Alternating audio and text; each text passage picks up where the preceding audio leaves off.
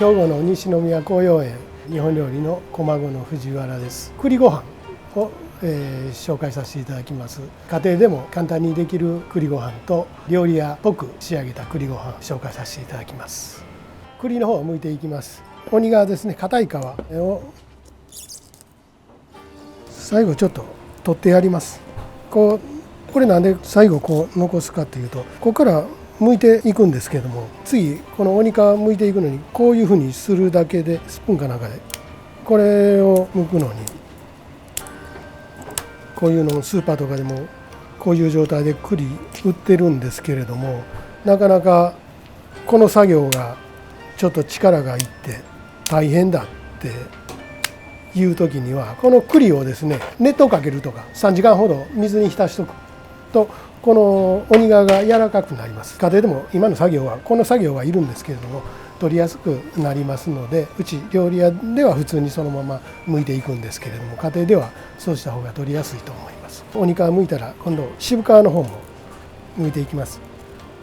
よく料理屋が栗自体をそのまま甘く炊いたりする時には、こういうふうに姿のまま使う時きれいに6本に剥いていくんですけれども、こんな感じですね。栗ご飯にすることですので、こんだけ厚く剥く必要はありません。もうそのまままたちっちゃく切っていくので、売ってる栗見たらこの柔らかいやつと、もうパンパンに張ったやつとあるんですよね。これちょっと柔らかいんですよ。もう触ったら分かるんですけど、硬いのは間違いなく大丈夫なんですよね。これちょっと柔らかいんですよ。これでよし悪しが確率がかなり高いですね。もうこういう感じですね。中まで剥いた栗ですねを今度は食べやすいように小口に切っていきます。栗の大きさに合わせてだいたいこれぐらいの大きさにカットしていってくれれば、切ったものをちょっと一旦水の方に落としてやってください。炊くまで少し水に落としてくれれば、切り口からアクも抜けていくので、教科書とかには3時間とか何時間かつけてアクを抜きましょうってあるんですけども、もう切ったそばから水につけてってもうて、最後洗うような形で、十分だと思います。洗った米ですね、水に30分ほどうちはつけてます。その米に普通に白いご飯炊くだけの水を入れます。2合ですので、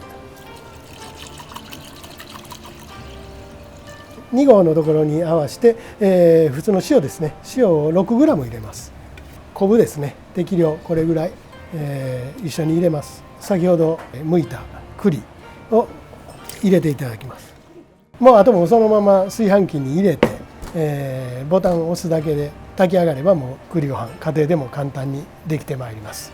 料理屋のご飯、家庭用のご飯とどう違うかって、別にもう使ってる材料とはもう全く同じと思っていただいて結構です。ただ土鍋で炊くか、盛り付けの時に料理屋風にきれいに見せるか、ただそれだけのことです。土鍋の方で栗ご飯炊いていきます。洗った米を2合分ですね、栗同じ分量です。入れます。土鍋で炊く時には別にその分量のどこに水を入れたらどんだけ入れたらいいかっていうものがないので、こちらは水が何合っていうのが決まってますので、それで炊きます。家庭用の2合炊くのに塩が何グラムっていう分量があるんですが、料理屋で仕上げるのにはそういう分量は全くなく、その時々味見て作っていきます。昆布だしです。昆布だしに塩味を入れるだけです。普通はさっき入れたように粉の塩を入れるんですけれども、料理屋のすることですので、ここに塩水ですね、飽和塩水、塩1に対して水が3ですね。でそれを沸かして塩水を作るんですけど、これが水に溶ける塩の限界ですね。それを沸かして最後に卵白入れてアクを取ってまたこしてやると、こういうふうな透明な塩水ですね、辛い塩水、これで料理屋の方はよく味付けします。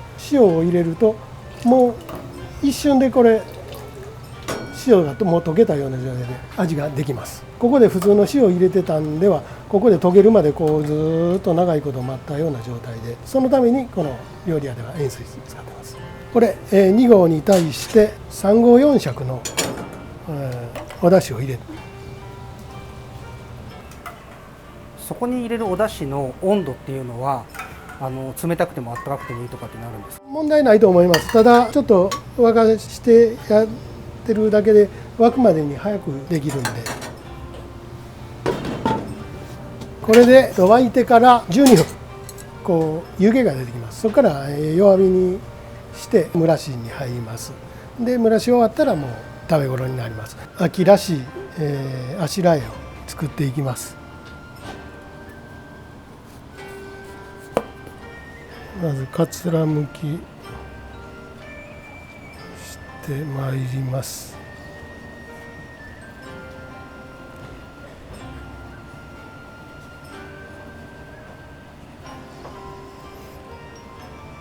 家庭の場合はそのこと炊飯器で栗ご飯炊いたらもうそのままちょ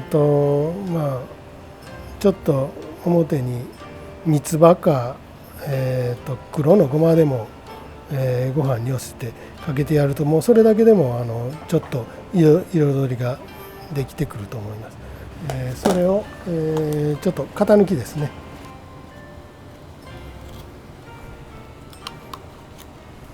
もみじのような人参ができてきます。さつまいもでいちょう芋作っていきます。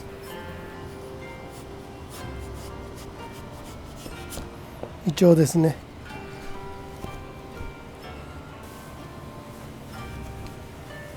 これでいちょう芋ができます。もうだいぶ湯気でいいなんで多分沸いてきてます。こう沸いてきました。沸いてきたら一旦混ぜたって、ここで弱火にします。ここで12分。これ今蓋開けられましたけど、はい、蓋は開けていいというか、大丈夫です。ずっと開けてると炊き上がらないんですけれども、最初にもう沸騰した時に一旦開けるのは大丈夫です。あと途中で気になった時にずっと我慢とかしなくても、もう気になったら少しぐらい開けても別に大丈夫です。その今かき混ぜられたのはどういった意味で？米が下から熱上げられるんで、米がへばりついてるんで、そこを一旦混ぜたることによって米全部に水分がいくようになります。茶そばですね。本当は長いんですけどちょっとカットしてます。そこにですね海苔ですね、松の葉っぱですねを作っていきます。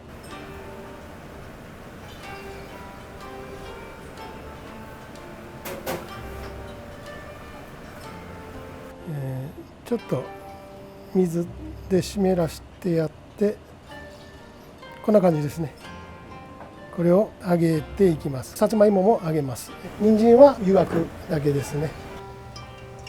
150度ぐらいで芋を揚げます。ポテトチップスみたいな感じになります。さつまいもチップスですよね。おそばの方も揚げていきます。3つ入れるとこう開いていきます。勝手に開いていきます。これで大丈夫です。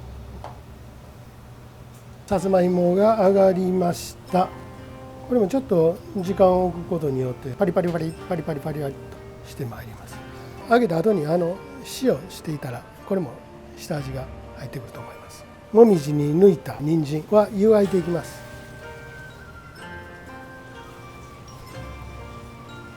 はい、柔らかくなりましたら氷水に落としまして、冷めましたら今度下味を入れていきます。昆布だしに塩を入れ、これも下味を少し入れておきます。12分で、一応炊き上がってるはずです。ちょっと開けて見てみます。いい感じだと思います。これで蒸らしに入ります。最後ちょっとだけ、強火に上げて落とします。蒸らし上がったら料亭の、栗ご飯が、完成です。炊き上がりましたので、最後の工程に入っていきます。栗ご飯炊き上がりました。もみじですね。一応三つ葉ちょっと彩りでの湯がいた軸の方ですね。松葉に仕立てたお蕎麦、は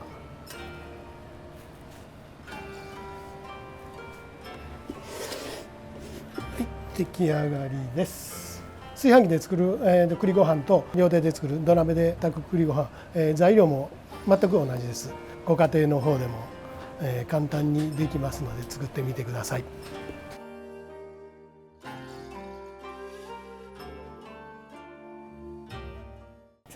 いただきます。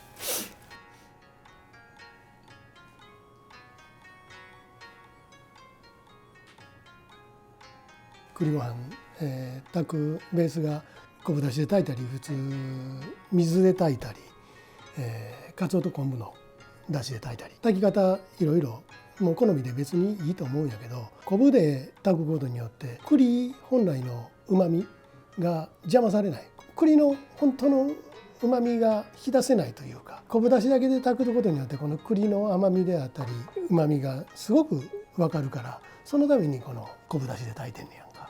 このやっぱご飯の塩味と栗のこの甘さですよね。これすごいバランスが良くて、揚げた芋で香ばしさと歯ごたえもあって見た目が美しいですね。もう秋、もう誰が見ても秋と分かるような。もみじとイチョウと、松葉をつけてるだけで、家庭ではほんま、こんなことまでする必要なし、普通に栗の味わいだけを味わってもらえるものを作ればいいと思うんですけど、家庭とは違うというか料理屋風に仕上げたっていう。兵庫の、西宮古葉園にある日本料理の駒子です。ちょうど大阪と神戸の間ぐらいのところにあります。住宅街の真ん中にありまして、ご家族の記念のお祝いとか会社の接待等によく使っていただいています。普段使いに料亭も使っていただければと思っております。ぜひお待ちしております。日本料理アカデミーでは、日本料理の技術を世界中の料理人に理解して使ってもらえるよう、料理技法の専門書日本料理大全シリーズを刊行しています。今ちょうど5巻目焼き場の印刷を始めて発売の準備をしているところです。詳しくは日本料理アカデミーのウェブサイトでもお知らせしています。